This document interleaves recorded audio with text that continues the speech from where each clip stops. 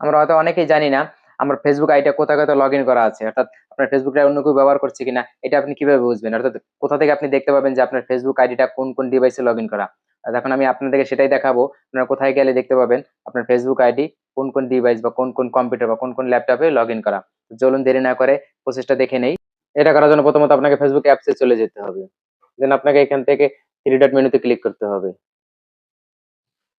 দেন আপনাকে স্ক্রল করে একটু নিচে চলে যেতে হবে। দেন আপনাকে এখান থেকে সেটিংস এন্ড প্রাইভেসিতে ক্লিক করতে হবে। দেন আপনাকে এখান থেকে সেটিংসে ক্লিক করতে হবে। দেন আপনাকে এখান থেকে অ্যাকাউন্ট সেন্টারে ক্লিক করতে হবে। দেন আপনাকে এখান থেকে পাসওয়ার্ড এন্ড সিকিউরিটিতে ক্লিক করতে হবে।